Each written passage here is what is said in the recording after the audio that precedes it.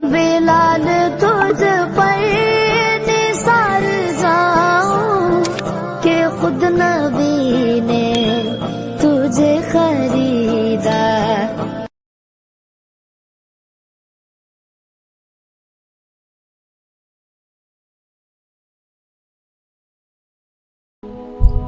آپ سمجھتے ہیں کہ صرف جھوٹ بولنا گناہ ہے، صرف بد نظری گناہ ہے، صرف زنا اور چوری گناہ ہے، اور آپ یہ نہیں جانتے کہ قرآن کو نہ سمجھنے کی کوشش کرنا یا سمجھنے کی کوشش نہ کرنا یہ ان سارے گناہوں سے بڑا گناہ ہے. آپ انجینئر ہیں، بڑے خوش ہیں کہ میں انجینئر ہوں. آپ ڈاکٹر بن گئے، بڑے خوش ہیں کہ میں ڈاکٹر ہوں. آپ تاجر بن گئے اور آپ خوش ہیں کہ میں تاجر ہوں. اور آپ کو اس کمی کا احساس تک نہیں ہے کہ میں کتنا بڑا محروم انسان ہوں کہ میں اللہ کے کلام کو جو صرف میرے لیے آیا تھا وہ میں سمجھنے کی کوئی کوشش ہی نہیں کی. میں مسلمانوں کی اکثریت، غالب اکثریت، وہ جو 5 وقت کی نماز پڑھتے ہیں وہ بھی، جو روزہ رکھتے ہیں وہ بھی، جو اپنے کو دیندار سمجھتے ہیں وہ بھی، جو کچھ دینی کام بھی کرتے ہیں وہ بھی، اس بڑے گناہ میں تقریباً سب شریک ہیں کہ وہ قرآن مجید کو سمجھنے کی کوئی کوشش نہیں کرتے اور قرآن مجید کو نہ سمجھنے کو گناہ نہیں سمجھتے یا سمجھنے کی کوشش نہ کرنے کو گناہ نہیں سمجھتے. تو آپ قرآن مجید کو سمجھنے کی کوشش فرض عین سمجھیں اور قرآن کو اب تک سمجھنے کی کوشش نہ کرنا یہ کبیرہ گناہوں سے بڑا گناہ سمجھیں. اور رمضان کا مہینہ جو گناہوں سے توبہ کرنے اور معافی مانگنے کا مہینہ ہے، اس میں سب سے زیادہ اس گناہ سے توبہ کریں. اللہ کے ہاں آپ کی بخشش اس سے کہہ کر نہیں ہوگی کہ اللہ حضرت میں تعلیم کے حلقے میں بیٹھتا تھا اور اس میں منتخب احادیث پڑھی جاتی تھی، اس میں فضائل نماز پڑھی جاتی تھی. یہ منتخب احادیث اور فضائل نماز اس لیے پڑھی جاتی ہے تاکہ قرآن پڑھنے کا، سمجھنے کا شوق پیدا ہو.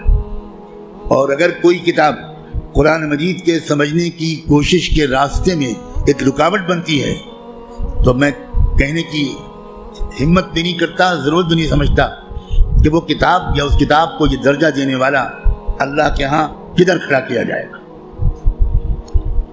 رسول اللہ یہ شکایت کریں گے قیامت کے دن کہ سن لیجیے یہ قرآن میں آیا ہے، اور شکایت کیا کریں گے؟ یہ نہیں کہیں گے کہ ان کی ٹوپی 4 کونوں کی نہیں ہوتی تھی. یہ شکایت نہیں کریں گے رسول اللہ مسلمانوں کی جن کی داڑھی چھوٹی تھی. رسول اللہ شکایت یہ کریں گے کہ اللہ یہ ہے میری قوم جس نے قرآن کو چھوڑ دیا تھا. آپ جس کی شفاعت کی دعائیں کر رہے ہیں وہی آپ کے خلاف اللہ کی عدالت میں مقدمہ دائر کرے گا. ہماری عورتیں 100% تقریباً قرآن مجید کو ٹھیک سے شاید پڑھ بھی نہیں پاتی، سمجھنا تو بہت دور کی بات ہے. ہم نے کبھی فکر ہی نہیں کی کیا ہو گیا، مجھے کچھ سمجھ میں نہیں آتا. قرآن صرف تلاوت کے لیے نہیں آیا ہے. اول تو کتنے لوگ سال بھر تلاوت کرتے ہیں وہ آپ خود جانتے ہیں، لیکن میں کہتا ہوں اگر آپ سال کے روزانہ تلاوت بھی کرتے ہیں تو ایک بہت نیک کام آپ ضرور کرتے ہیں، لیکن قرآن کا حق صرف تلاوت سے ادا نہیں ہوگا. آپ کے دوست کا خط آپ کے پاس آئے، آپ کی ماں اپنا خط لکھے، آپ دور کہیں رہتے اور ماں آپ کو خط بھیجے،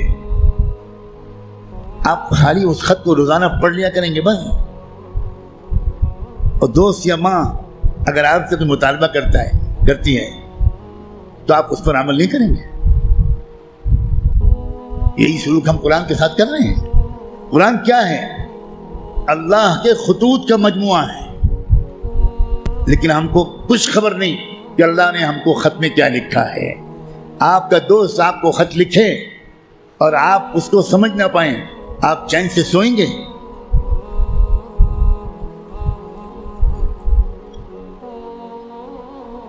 کسی کمپنی کا اشتہار آپ نے دیکھا، آپ نے اس کو اپنی درخواست بھیجی، وہاں سے جواب آیا، جواب ایسی زبان میں ہے جو آپ نہیں جانتے، آپ اس دن کھانا کھائیں گے اس خط کا مضمون سمجھنے سے پہلے؟ اب دوڑیں گے، بھاگیں گے، پتہ لگائیں گے کہ یہ فرانسیسی زبان میں خط ہے تو میرے شہر میں فرینچ زبان کون جانتا ہے؟ اور آپ اس کی خوشامد کریں گے کہ ذرا اس خط کو پڑھیے اور مجھے بتائیے کہ اس میں کیا لکھا ہے۔ 24 گھنٹے نہیں گزرنے دیں گے آپ، اس سے پہلے اس خط کو سمجھنے کی بھرپور کوشش کر لیں گے، اس کا جواب بھی لکھیں گے۔ لیکن قرآن ہے کہ 60 سال سے آپ کو پکار رہا ہے، اللہ کا خط ہے کہ 70 سال سے آپ کو آپ پاس آ رہا ہے، لیکن آپ نے ایسے کان بند کر رکھے ہیں، ہمیں کوئی دلچسپی نہیں اللہ کے خط سے، اللہ کہتے رہیں ہمیں کوئی دلچسپی نہیں، ہم بہت مشغول ہیں، ہمارے پاس فرصت نہیں ہے، ہم بڑے کامیاب تاجر ہیں، ہم اسٹوڈنٹ ہیں، ہم پروفیسر ہیں، ہم ڈاکٹر ہیں، ہم انجینئر ہیں، ہم پولیٹیکل ایکٹیوسٹ ہیں، ہم جرنلسٹ ہیں، ہم اخبار میں کام کرتے ہیں، ہم کہاں قرآن کا ترجمہ پڑھ پائیں گے؟ بھئی ہمارے پاس کہاں اتنا وقت ہے؟ بھگتتے گا ہر وہ انسان، ہر وہ مرد اور عورت جو قرآن مجید کو سمجھنے کی کوئی کوشش نہیں کرتا اور قرآن کے مطابق اپنے آپ کو ڈھالنے کی کوئی سیریس کوشش نہیں کرتا، خون کی آنسو روئے گا وہ شخص، خون کی آنسو روئے گا۔ ایسا شخص تو جب قرآن کی تلاوت کرتا ہے تو قرآن اس پر لعنت بھیجتا رہتا ہے۔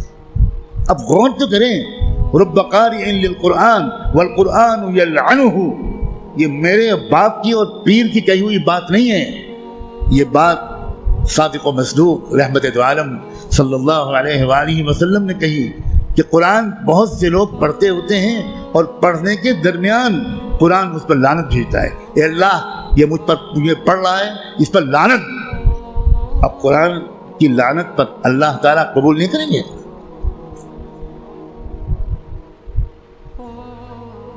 جو توہین قرآن کی ہم نے کی ہے، جو بے عزتی قرآن کی ہم نے کی ہے، اس کے حساب سے ابھی مسلمانوں کی اتنی پٹائی نہیں ہوئی جتنی ہونی چاہیے۔ آپ اتنی پٹائی پر پریشان ہیں، ابھی تو شروع ہوئی ہے پٹائی، پھر دیکھیے گا آئندہ کیا ہوگا۔